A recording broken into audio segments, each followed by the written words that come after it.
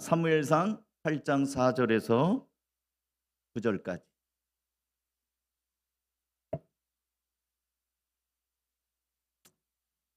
사무엘상 8장 4절에서 9절 제가 읽어드릴게요. 그래서 이스라엘의 모든 장로가 모여서 라마로 사무엘을 찾아갔다. 그들이 사무엘에게 말하였다. 보십시오, 어른께서는 늙으셨고 아드님들은 어른께서 걸어오신 그 길을 따라 살지 않습니다. 그러므로 이제 모든 이방 나라들처럼 우리에게 왕을 세워주셔서 왕이 우리를 다스리게 하여 주십시오. 그러나 사무엘은 왕을 세워 다스리게 해달라는 장로들의 말에 마음이 상하여 주님께 기도를 드렸더니 주님께서 사무엘에게 말씀하셨다. 백성이 너에게 한 말을 다 들어주어라. 그들이 너를 버린 것이 아니라 나를 버려서 자기들의 왕이 되지 못하게 한 것이다. 그들은 내가 이집트에서 데리고 올라온 날부터 오늘까지 하는 일마다 그렇게 하여 나를 버리고 다른 신들을 섬기더니 너에게도 그렇게 하고 있다. 그러니 너는 이제 그들의 말을 들어주되 엄히 경고하여 그들을 다스릴 왕의 권한이 어떠한 것인지를 알려주어라. 아멘. 9절까지 보았습니다. 사랑하는 성도 여러분, 설교를 시작하기 전에 질문 하나 드리겠습니다. 드리면서 시작할게요. 여러분은 아까 우리 박창봉 집사님 기도하셨는데 우리의 생사화복을 주관하시는 하나님, 그 하나님을 믿으세요? 여러분의 생사화복은 하나님에게 달려있다는 걸 믿으십니까? 아멘을 하셨네요. 여러분은 이 나라 역사의 주관자는 하나님이신 걸 믿으십니까? 지난 6월 3일 날 대통령 뽑았죠? 조기 대선으로. 여러분이 찍은 분이 되셨나요? 웃는 사람은 된 거고 안 웃는 사람은 안 된 건가요? 내가 찍은 사람이 됐을 수도 있고 안 됐을 수도 있어요. 제가 여러분의 속마음을 모르니까. 이제 끝났잖아요. 그러면 찍었든 안 찍었든 그 대통령은 하나님의 주권 아래서 선택됐다는 것을 믿으십니까? 믿으셔야 됩니다. 그거 나 못 믿겠다. 이거 부정이다. 나쁜 놈이다. 아니면 그러면 안 돼요.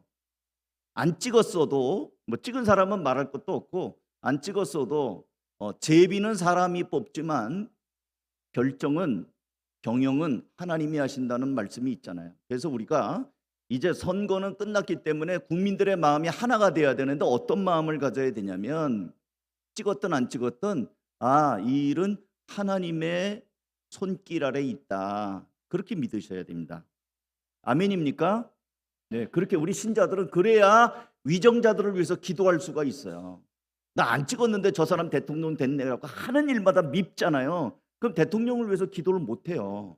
미운데 어떻게 하겠어요? 자, 이제 제가 6월에는 설교의 컨셉을 어떻게 잡았냐면 주권자 하나님으로 잡았어요. 주권자 하나님. 6월은 이 나라 이민족을 지켜내기 위해 목숨을 바쳐 싸운 분들을 기리는 현충일이 있는 호국 보훈의 달이라고 합니다. 저도 저의 큰아버지가 국립묘지에 있어요. 결혼도 안 하고 한국전쟁에 참여해서 전사했습니다. 그래서 우리 할머니가 원호 가족이에요. 돌아가셨지만 생전에 국가로부터 아들 전쟁터에 나가 죽었다 해가지고 원호 무슨 유족 연금 같은 게 조금씩 나오더라고요. 할머니 때까지만, 형제들은 아니고. 이미 여러분이 아시는 것처럼 대한민국이 자리한 한반도는 지정학적으로 위로는 중국과 러시아, 아래로는 일본, 그리고 미국까지 세계 4대 열강에 의해서 이렇게 둘러싸여 있습니다. 그런 지정학적인 위치 탓인지 우리나라는 옛날부터 중국으로부터 각종 침입을 받았고 심지어 왕도 중국으로부터 허락을 받아서 임명을 받고 막 그랬잖아요. 충렬왕, 이 충자가 충성충자 아닙니까? 중국에 충성한다 이러고. 조선 때는 중국으로부터 내정 간섭을 받았죠. 일본, 수많은 외란들이 있었지 않습니까? 그리고 1950년에는 한국 전쟁으로 우리나라는 폐허가 되기도 했어요. 근데 정말 놀라운 은혜로 여러분이 다 아시지만 또 우리가 사회 시간에 배웠잖아요. 16개국에서 우리나라에 유엔군이 참여를 합니다. 그래가지고 그때가 이 제2차 대전이 1948년 8월에 끝났잖아요. 그리고 한국 전쟁이 50년에 있었습니다. 2년밖에 안 됐어요. 세계 전쟁이 끝난 지 2년밖에 안 됐는데 유엔에서 부랴부랴 회의를 해가지고 16개국, 나중에는 제가 이제 이 검색을 해보니까 파병한 국가들이 늘어가지고 22개국까지 늘어나면서 195만 명이 참전을 합니다. 그리고 전쟁에서 싸우진 않지만 이게 뭐 물자까지 지원한 나라까지 치면은 한국 전쟁에 63개국이 참여를 합니다. 그래갖고 이 전쟁에서 전사한 유엔군은 미군 36,574명을 포함해서 37,902명이 우리나라 이 한국 전쟁에서 전사합니다. 유엔군만, 우리 국군들 말고. 근데 유엔군 참전의 비하인드 스토리를 보면, 제가 뭐 그냥 하는 말이 아니고 다 검색하면 나오는 겁니다. 한국 전쟁은 2차 대전 종전 이후 전쟁으로 인해서 많은 나라들이 상처가 있고 이제는 그만 싸우자 이럴 때인데, 유엔의 회원국들이 국제적인 평화를 위해서 공동으로 행동한 첫 번째 사례라고 합니다. 그러니까 이렇게 많은 나라가, 이렇게 많은 군사들이 극동에 있는 알려지지도 않은 조그마한 이 한반도의 이 전쟁 때문에 와서 피를 흘리고 싸워준 것은 유엔 역사의 처음이자 마지막이라고 합니다. 이것은 대한민국을 살리시고 보호하시는 하나님의 은혜요, 기적이라 아니할 수 없습니다. 이런 게 역사 이래로 이렇게 많은 나라들이 조그만 나라 전쟁에 그냥 자신들의 이 군인들을 파견해서 한 게 없다는 거예요. 그 이후로도 없어요. 유일합니다, 이게. 그래서 아까도 말씀을 드린 것처럼 이번 6월에는 만왕의 왕이신 하나님, 주권자이신 하나님, 역사의 주권자는 하나님이심을 성경을 통해서 좀 생각하며 은혜를 나누고자 합니다. 오늘 우리가 읽은 사무엘상 이 8장에는 오늘 설교 제목이 명분과 진심인데요, 이 7장에는 지도자 사무엘을 중심으로 이스라엘 온 백성이 나라에 만연된, 그러니까 이 사무엘은요 사사의 마지막 사사예요. 뭐 우리 지난 수요일 날 뭐 온니엘도 얘기하고 우리 박 목사님 그러셨는데, 사사가 여러 명이 있는데 마지막 사사가 사무엘입니다. 그 사무엘을 중심으로 이스라엘 백성들이 우상을 제거하고 마음을 온전히 하나님께로 향하며 미스바 광장에 모여서 금식을 선포하며 회개하면서 부흥운동이 일어납니다. 정말 이 사무엘이 대단한 지도자예요. 사무엘상 7장 5절부터 6절입니다. 한번 읽어볼게요. 제가 먼저 읽겠습니다. 그때 사무엘이 이스라엘 사람들을 모두 미스바로 모이게 하였다. 미스바로 모인 거예요. 광장입니다. 광장. 그들의 죄를 용서하여 달라고 주님께 기도를 드리려고 하는 것이었다. 지도자가 그렇게 사람들을 다 모이자, 우리 회개하자, 우리 기도하자. 6절 다 같이 읽습니다. 시작. 그들은 미스바에 모여서 물을 기르다가 그것을 제물로 삼아 주님 앞에 쏟아붓고 그날 종일 금식하였다. 그리고 거기에서 우리가 주님을 거역하여 죄를 지었습니다 하고 고백하였다. 하나님 앞에 바칠 게 없어요. 블레셋으로부터 침략을 받고 그동안 다 약탈당해 가지고요 드릴 게 없어요. 그래서 물 떠다 바치는 겁니다. 재물이 없으니까 물을 떠다 바치는 거예요. 얼마나 처참합니까? 하나님께서 이들의 기도를 들으시고 이제 블레셋 군사들이 쳐들어왔다가는 모두 패배합니다. 이스라엘 백성들은 이제 하나님의 도우심으로 잃어버린 땅을 회복하고, 이제 여러분이 잘 아는 에베네셀 여기서 나옵니다. 자, 그 다음 7장 12절 같이 또 읽습니다. 시작. 사무엘이 돌을 하나 가져다가 미스바와 센 사이에 놓고 우리가 여기에 이르기까지 주님께서 우리를 도와주셨다고 말하면서 그 돌의 이름을 에벤에살이라고 지었다. 그래서 블레셋 사람들이 무릎을 꿇고 다시는 이스라엘 지역으로 들어오지 않았다. 사무엘이 살아있는 동안에는 주님의 손이 블레셋 사람을 막아줬다. 사무엘이 살아있는 동안에는 누구도 들어올 수가 없어요. 거기 안 돼. 거기 사무엘이 있어. 옛날에 이순신 장군이 있으면 외놈들이 꼼짝을 못했던 것처럼 사무엘이라는 영적인 거장 지도자가 딱 버티고 있으니까 누구도 넘보지 못했던 거예요. 사랑하는 성도 여러분, 지도자 한 사람이 얼마나 중요한 것 오늘 본문이 보여주잖아요. 사무엘이 살아있는 동안에는 누구도 넘보지 못했다. 우리는 지난 몇 달 동안 이런 사실을 똑똑히 확인하지 않았습니까? 이제 대통령 새로 뽑았는데 이런 어려움들, 불행이 반복되지 않도록 대통령을 비롯한 위정자를 위해서 기도해야 됩니다. 아까도 말씀드린 것처럼 역사의 주관자는 하나님이심을 믿고 우리는 기도해야 돼요. 하나님을 사랑하며 백성들을 잘 다스리고 있던 사무엘에게 어느 날 이스라엘의 백성의 어른들이라고 할 수 있는 장로들이 찾아옵니다. 무슨 말을 하려나 하고 이제 봤더니 뜬금없이 이들이 왕을 세워달라고 합니다. 아니 당연히 사무엘은 내가 아직 지도자로 있는데 무슨 왕? 마음이 상했어요. 그래서 하나님 앞에 사무엘은 기도합니다. 마음이 상했으니까 하나님, 백성들의 장로들이 왕을 세워달라고 합니다. 이거 어떻게 하면 좋습니까? 하니까 하나님이 그래? 그럼 그 사람들의 요구대로 왕을 세워줘라. 근데 이게 하나님의 뜻은 아니에요. 여러분, 어떤 걸 여러분이 하나님 앞에 기도했는데 그게 됐어요. 그럼 와 신난다, 하나님이 응답하셨다 라고 오해하지 마세요. 응답 아닌데도 주는 경우가 있어요. 사무엘상 8장 6절입니다. 그러나 사무엘은 왕을 세워 다스리게 해달라는 장로들의 말에 마음이 상해서 주님께 기도를 드렸어요. 그들의 얘기를 듣고 거기서 막 말싸움을 한 게 아니고 내가 좀 기도해 보겠다. 그래갖고 사무엘은 그들의 요구 조건을 가지고 하나님께로 가서 이제 기도를 하니까 마음은 속상하니까. 그랬더니 7절 다 같이 읽습니다. 시작. 주님께서 사무엘에게 말씀하셨다. 백성이 너에게 한 말을 들어주어라. 그들이 너를 버린 게 아니라 나를 버려서 자기들의 왕이 되지 못하게 한 것이다. 지금까지는 하나님이 다스렸어요. 근데 새로운 왕, 인간 왕을 세워달라는 것, 사무엘아 너무 마음 상해할 거 없다. 너를 버린 게 아니라 나를 버린 거다.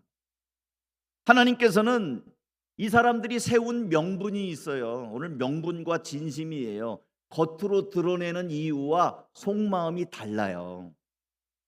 명분, 그럴듯한 명분을 세워서 왕을 세워달라고 하는 거예요. 이러니 저러니 우리에겐 왕을 세워주셔야 됩니다. 이젠 안 되겠습니다. 왕이 필요합니다. 근데 중심을 꿰뚫어 보시는 하나님께서는 너희가 지금 겉으로 내세우는 말 말고 속마음에 뭐가 들었구나. 그래? 그러면 나도 너희들을 떠나겠다. 왕 세워줄게. 이렇게 말씀하는 겁니다. 자, 그렇다면 이스라엘 백성들이 장로들을 대표로 세워갖고 왕을 세워달라고 하는 이유가 뭡니까? 명분이 뭐예요? 명분. 하나씩 보겠습니다. 8장 5절. 오늘 8장 5절을 여러 번 볼 건데요. 이제 첫 번째 같이 한번 읽을까요? 시작. 그들이 사무엘에게 말하였다. 보십시오. 어른께서는 늙으셨고, 늙으셨어요. 제가 이제 잘랐어요. 그 다음 얘기하려고. 이 사람들이 지금 왕이 필요한 거는 사무엘, 당신 이제 늙었어. 퇴물이야, 퇴물. 어떤 사람은 나이가 60이 넘으면 뇌가 썩는다고 그러더라고요. 당신 이제 60 넘었어. 60도 넘었죠. 늙었어. 이제 지도자로서는 부적격이야. 여러분, 늙은이와 젊은이를 나누는 기준이 무엇입니까? 몇 살부터 늙었죠? 회갑. 60대면 이제 다 은퇴하고 직장에서 그만두니까 퇴직하는 때는 늙은 건가요?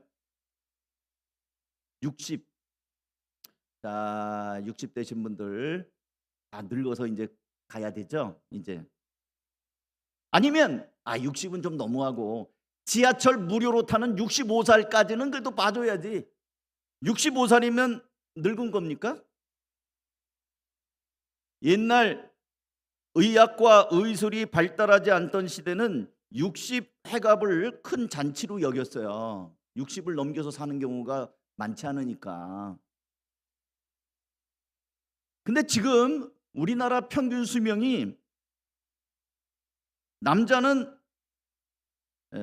80.6세, 여자는 86.4세가 지금 우리나라 평균 연령이에요. 나 80이니까 그럼 죽어야 되나? 그게 아니고요. 전체 사람들을 평균한 게 남자가 80.6세, 여자는 86.4세. 그러니까 그 이상 산다는 거예요. 그 밑에도 있지만. 그러니 나이 60이면요. 지금 청년이에요. 젊어요. 65살도 좀 젊습니다.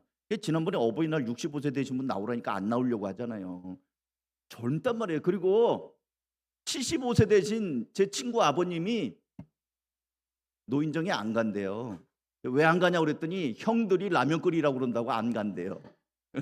80 넘은 사람들이 노인정에서 75살 심부름 시킨다고 안 간대요. 그러니까 60대면은요 회갑한다고 사람 부르면 욕 먹어요. 환갑한다고 하면 욕 먹어요. 그래서 60대면 어떻게 합니까? 식구들하고 그냥 지나갈 수는 없으니까 조촐하게 식사하고 어디 뭐 자식들이 용돈 주면 여행 가고 뭐 그런 거 아니에요? 나이만을 기준으로 삼아서 늙었네, 젊었네라고 말하는 거는 옳지 않습니다.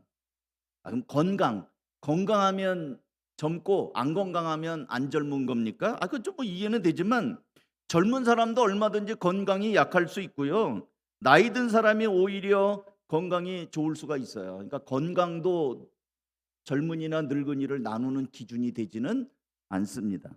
그렇다면 늙은이와 젊은이를 나누는 기준이 뭡니까? 성경은 뭐라고 말하냐면 비전이에요, 비전. 비전이 있느냐에 따라서 비전이 있는 사람은 젊은 사람이에요. 예를 들어서 75살에 부름받아서 믿음의 조상이 된 아브라함은 나이가 75세지만 젊은이에요. 80살에 호레산 떨기나무의 불꽃 가운데서 하나님을 만난 모세는 그 나이에 이 백성을 바로의 학정에서 구출해내라고 하는 사명을 받습니다. 80살에. 나이 85세에 모세가 약속했던 가나안 땅을 달라고 여호수아에게 와서 내 나이가 지금 85살이지만 그때나 지금이라 나는 정정하다. 땅을 달라. 이 산지를 내게 주소서. 여러분 찬양하는 그 말을 했던 갈렙은 아직도 젊은이와 같은 패기를 갖고 있어요. 그러니까 하나님이 주시는 거룩한 꿈과 비전이 생생하게 있는 사람은 나이 든 젊은 사람이에요. 나이 든 젊은 사람. 그러나 반대로 육신으로는 청년이지만 꿈이 없이 그저 그냥 살아가는 사람들은 나이 어린 늙은 사람이에요. 우리 젊은이들 잘 들어야 됩니다. 여러분의 꿈이 뭐예요? 꿈 없으면 늙은이에요. 죽을 날만 기다려야 돼. 맨날 다른 거 하다가 꿈이 없으면은 몸은 창창한데 꿈이 없으면 젊은 늙은이에요. 나이 든 젊은이가 될 것인가? 젊은 늙은이가 될 것인가? 사람을 단순히 기능적인 존재로 보는 것은 유불론적인 사고방식입니다. 여러분의 값어치가 얼마예요? 보험을 들면 운전자 보험이든지 종합보험이든지 들면 대물사고, 대인사고, 뭐해서 사망보험금 얼마 이렇게 나오잖아요. 여러분 얼마짜리 들었어요? 1억짜리 들었어요? 2억짜리 들었습니까? 요즘에는 외제차들이 많아가지고 보상이 뭐 5억짜리 이상으로 막 넣어야 되는 경우들도 있더라고요. 그런데 이 공산주의에서는 사람 보면은 연필심 한자로 뭐 지우개 몇 개 나오고 비누 몇 장 나오고 이래 갖고 계산을 해보니까요 10,000원도 안 나와요. 유물론적인 사고방식으로 여러분의 그걸 육체를 해서 다 기름 짜서 비누 나오고, 여러분 머리 뽑아서 가발 만들고, 여러분의 뭐 그 다 뽑아갖고 뭐 연필 몇 자루 만들고, 유물론적 사고방식입니다. 사람은 그냥 고깃덩이에 불과하다. 이거는 유물론이에요. 하나님의 형상으로 지음받은 고귀한 존재다. 이거는 하나님의 창조적인 성경적인 원리입니다. 그러니까 지금 이 장로들이 말하는 거는 당신 늙었으니까 이제 퇴물이다. 그러니까 물러나라. 우리 이제 왕이 필요하다. 사랑하는 성도 여러분, 하나님께서는 나이가 많고 적음이 아니라 하나님께 가까이 하고 하나님께 순종하면 그 사람을 들어 쓰는 거예요. 그럼 이들이 말하는 또 명분은 또 뭔가? 두 번째 명분은 이거예요. 또 같은 5절입니다. 또 읽겠어요. 같이 읽습니다. 8장 5절 시작. 그들이 아니요. 예, 어른들 다시요. 시작. 어른께서는 늙으셨고 아드님들은 어른께서 걸어오신 그 길을 따라 살지 않습니다. 이제 아까 늙었다고 얘기했잖아요. 그다음에 두 번째 뭐냐면 아들들이 틀렸다는 거예요. 아들. 사무엘의 아들들이 사무엘과 다르다는 거예요. 아버지를 닮지 않았다는 거예요. 못됐다는 거예요. 근데 이 말은 가짜 뉴스라든지 없는 말을 지어낸 게 아니라 사실이에요. 사무엘상 8장 3절. 그 위에 한번 읽겠습니다. 같이 한번 읽습니다. 시작. 그러나 그 아들들은 아버지의 길을 따라 살지 않고 돈벌이에만 정신이 팔려 뇌물을 받고서 치우치게 재판을 하였다. 아들 문제야. 아들. 아들이 참, 우리나라도 역대 대통령들 아들 때문에 참 그 마음고생들 많이 하는 거 있잖아요. 심지어는 대통령 아들이 감옥에도 들어가고 막 그러더라고요. 아들이 문제예요. 아들이. 그러니까 이 장로들이 와갖고 사무엘님 당신은 늙은 데다가 아들들도 기대가 없습니다. 이 돈벌이 정신 팔려갖고 뇌물 받고 재판을 그냥 엉뚱하게 하니까 우리가 어떻게 이런 사람들을 믿을 수 있습니까? 실망스러워서 안 되겠습니다. 인정할 수 없습니다. 이거 설득력이 있어요. 이 말은. 왜냐하면 하나님은 깨끗한 사람을 쓰시기 때문에 그렇습니다. 여러분은 어떠십니까? 종종 그리스도인이 제대로 안 살아가지고 다른 사람들에게 전도의 문을 막고 복음을 받아들이는데 장애물이 된다는 사실을 아십니까? 몇 년 전에 제가 어느 할머니가 혼자 앉아 계셔가지고 제 마음에 좀 이렇게 전도를 해야 되겠다는 마음이 이렇게 생겼어요. 그래서 다가가서 이제 앉아서 할머니 뭐 누구 기다리세요? 하면서 이제 전도를 하려고 그러면서 제가 할머니 지금이라도 세상 떠나시면 어떻게 천국은 가실 수 있겠어요? 하면서 이제 꺼냈어요 얘기를.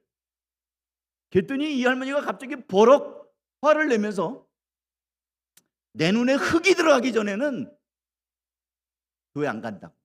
나한테 그런 소리 하지 말라고 필요 이상으로 과격하게 거절을 하는 거예요. 그러니까 제가 이분 무슨 사연이 있겠다. 그리고 제가 이게 마음이 좀 무안하잖아요. 그래서 할머니 진정하시고 왜 그러세요? 그랬더니 이 할머니가 아직도 화가 난 음성으로 며느리가 있는데 교회 권사래요. 며느리가 권사면 그렇게 화를 낼 거 없잖아요. 며느리가 권사인데 이 예배당 권사니까 얼마나 예배당을 많이 다니겠어요. 모임 있으면 봉사한다고 가고 걸핏하면 가고. 예배당에는 그렇게 자주 가는데, 그리고 권사님쯤 됐으니까 무슨 또 헌금도 얼마나 많이 했겠어요. 때 되면 헌금하겠지. 모범도 보이고 그만한 믿음도 있으니까 우리 또 사역자들이 있으면 또 이렇게 밥도 사기도 하고 그랬겠죠. 그러니까 할머니가 볼 때는 며느리가 권사랍시고 교회는 그렇게 뻔질나게 가고 예배당에다가 헌금도 많이 바치고 그러는데 자기는 안 찾아온대요. 전화 한 통화 없대. 명절날도 왔다가는 그냥 얼굴이 잔뜩 불어 터져가지고 이 불안한 분위기 만들고 제사 지낸다고 막 기분 나쁘게 기분 나쁜 신용을 얼굴에 다 그대로 내고, 그러니까 용돈도 제대로 챙겨주지도 않고, 그러니까 너무 서운한 거야 이 할머니가. 서운한 데다가 예수를 전한다고 그러니까 너 참 잘 걸렸다 하고 저한테 막. 사랑하는 성도 여러분, 어떻게 생각하십니까? 혹시 이 할머니가 여러분의 어머니일 수도 있고 시어머니일 수도 있어요.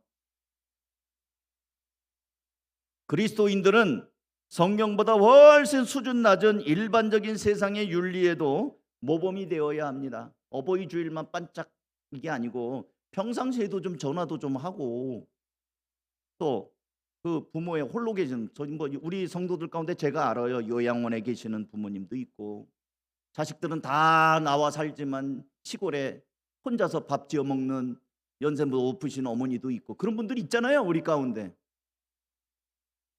돌아보셔야 됩니다. 자식들이 문제예요. 자식들 때문에 사무엘의 그 빛나는 업적이 백성들에게 배타당하는 거예요.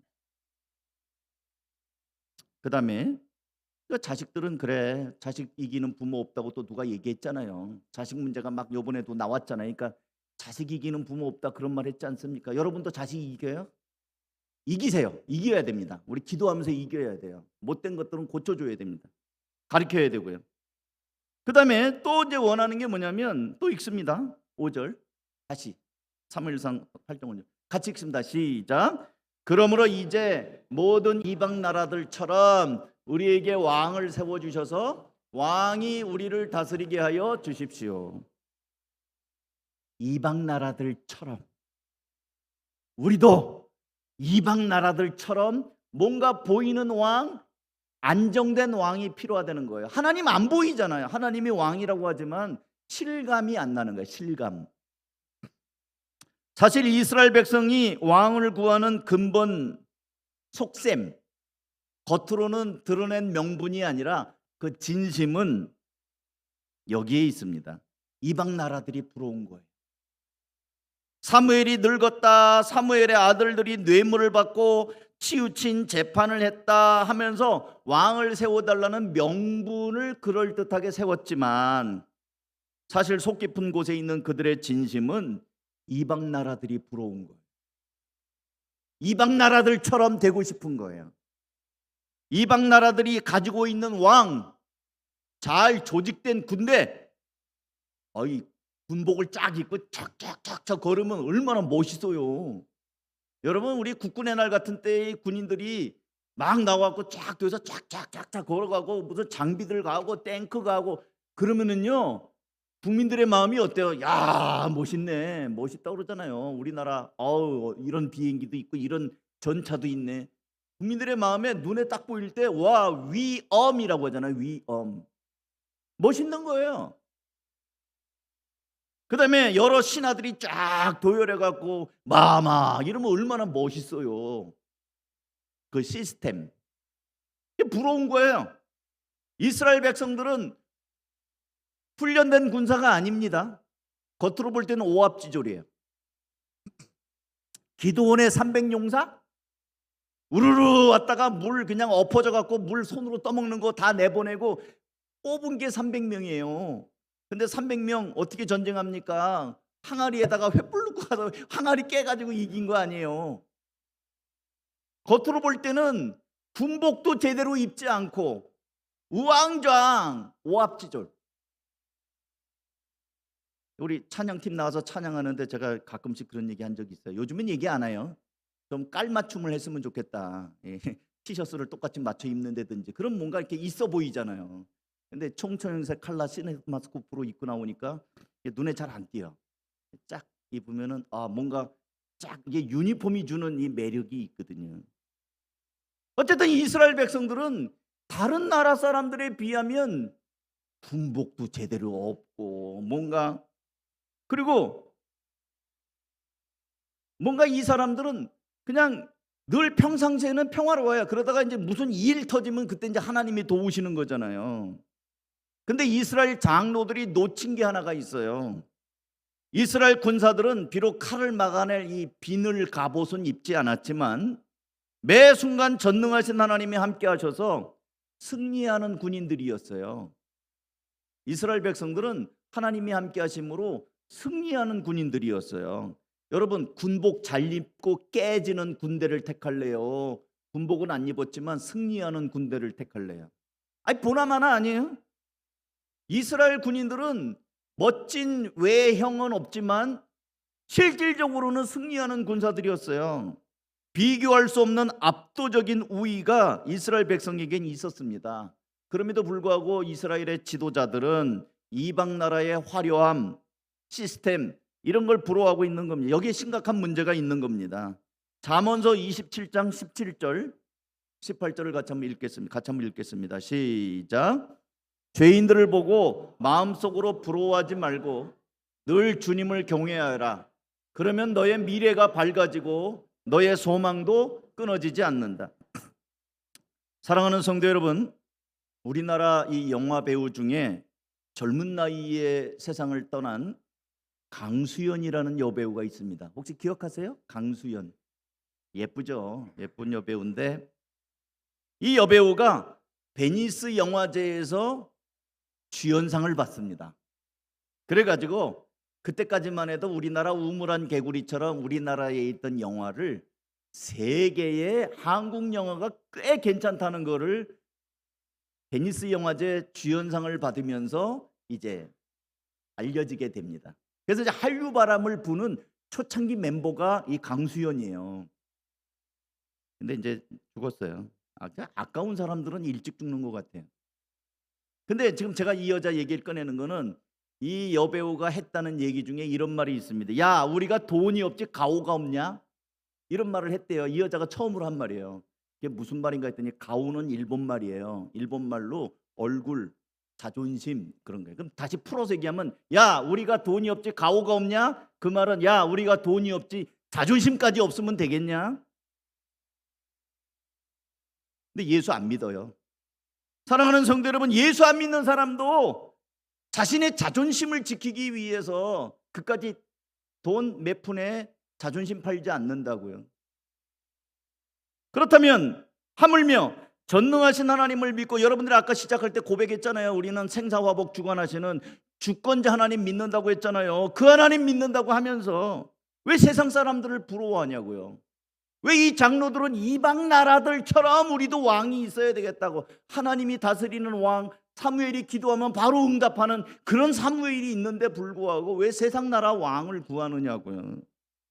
왜 곁눈질 하느냐고요. 영적인 자존심을 상하는 일이 아닙니까?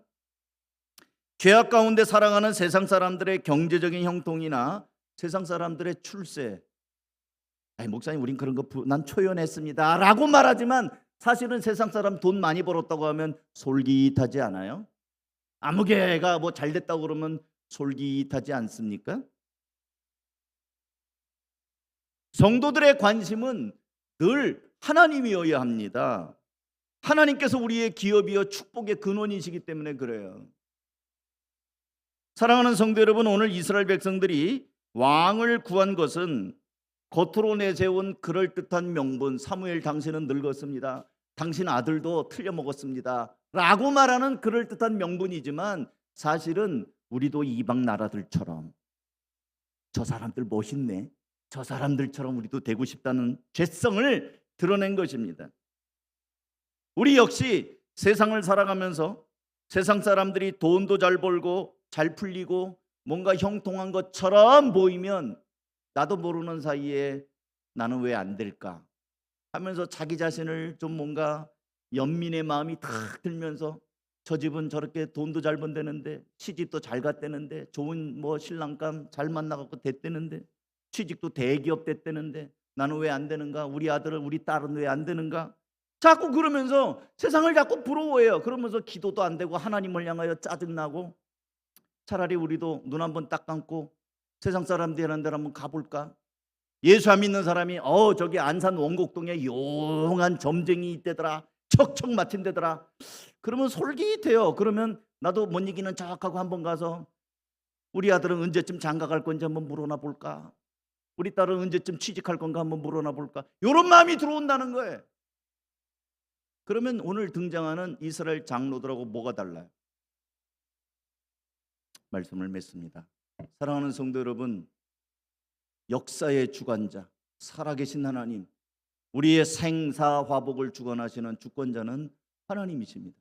그 하나님 의지하면서 사무엘이 얼마나 오늘 속이 상했으면, 나 말고, 내가 지금 하나님의 뜻을 따라 지도하고 있는데 나 말고 왕을 달라고 하니. 여러분, 제가 이제 말씀 맺으면서 여러분도 아마 비슷할 거예요. 저랑 연령이 비슷한 사람이거나 저보다 조금 나이가 좀 덜 되신 분들은 한두 명은 차이가 있을 수 있을 거예요. 요번에 세보니까 대통령을 12번을 봤더라고요. 저는 이승만은 못 봤어요. 박정희 대통령 때부터 시작해가지고 요번에 이재명 대통령까지 12명을 또르르륵 봤어요. 연세가 높은 분은 이승만 대통령, 윤보선 대통령까지 경험한 분이 있겠죠. 하여튼 저는 박정희부터 봤어요. 근데 그 사람들 12명을 저 설교 준비하면서 12명을 보면서 이 나라의 지도자가 정말 내 믿음이 가는 사람들입니까? 인간은 인간이에요. 왕은 왕이에요. 그 사람들 다 거기서 거기에요. 우리가 믿고 의지할 분은 하나님밖에 없다는 거예요. 만왕의 왕 생사와 의복을 주관하시는 그 하나님을 바라보며 세상에 곁눈질하지 말고, 이 나라도 대통령이 아니라 주권자 하나님이 붙잡아서 간다. 그렇기 때문에 우리는 기도하며 그 하나님과 걸어가야 되는 것입니다. 기도하겠습니다. 하나님 아버지,